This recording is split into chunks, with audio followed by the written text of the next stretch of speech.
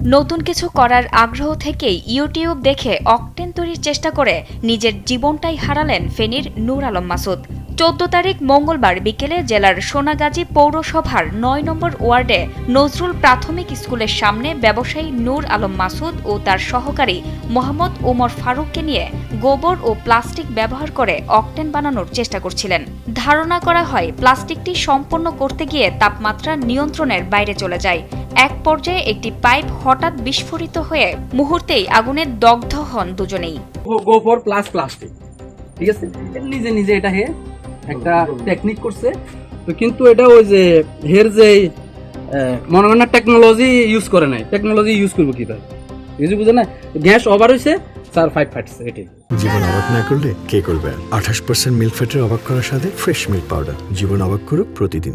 পরে স্থানীয়রা তাদের উদ্ধার করে প্রথমে সোনাগাজী উপজেলা স্বাস্থ্য কমপ্লেক্স এবং পরে ফেনী জেনারেল হাসপাতালে নেন। অবস্থার অবনতি হলে নূর আলম মাসুদকে ঢাকা মেডিকেল কলেজ হাসপাতালের বার্ন ইউনিটে স্থানান্তর করা হয়। শরীরের অধিকাংশ অংশ পুড়ে যাওয়ায় চিকিৎসকের সব চেষ্টা ব্যর্থ করে দিয়ে শনিবার 18 এপ্রিল সকালে তিনি শেষ নিঃশ্বাস ত্যাগ করেন। এই ঘটনায় দগ্ধ সহকারী ওমর ফারুক এখনও ঢাকা মেডিকেলে চিকিৎসাধীন রয়েছেন। নিহত মাসুদ সোনাগাজী সদর ইউনিয়নের ওমর খান পাঠানবাড়ির বাসিন্দা। ব্যক্তিগত জীবনে তিনি অত্যন্ত বিনয়ী ও সমাজসেবামূলক কাজে সক্রিয় ছিলেন। তার এই আকস্মিক মৃত্যুতে পরিবার ও এলাকায় শোকের ছায়া নেমে এসেছে।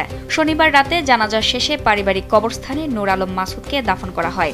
এলাকাবাসীর দাবি, মাসুদ প্রায়ই ইউটিউব দেখে নতুন কিছু করার চেষ্টা করতেন। সম্প্রতি তিনি অকটেন তৈরির একটি পদ্ধতি অনুসরণ করতে গিয়ে এই দুর্ঘটনার শিকার হন।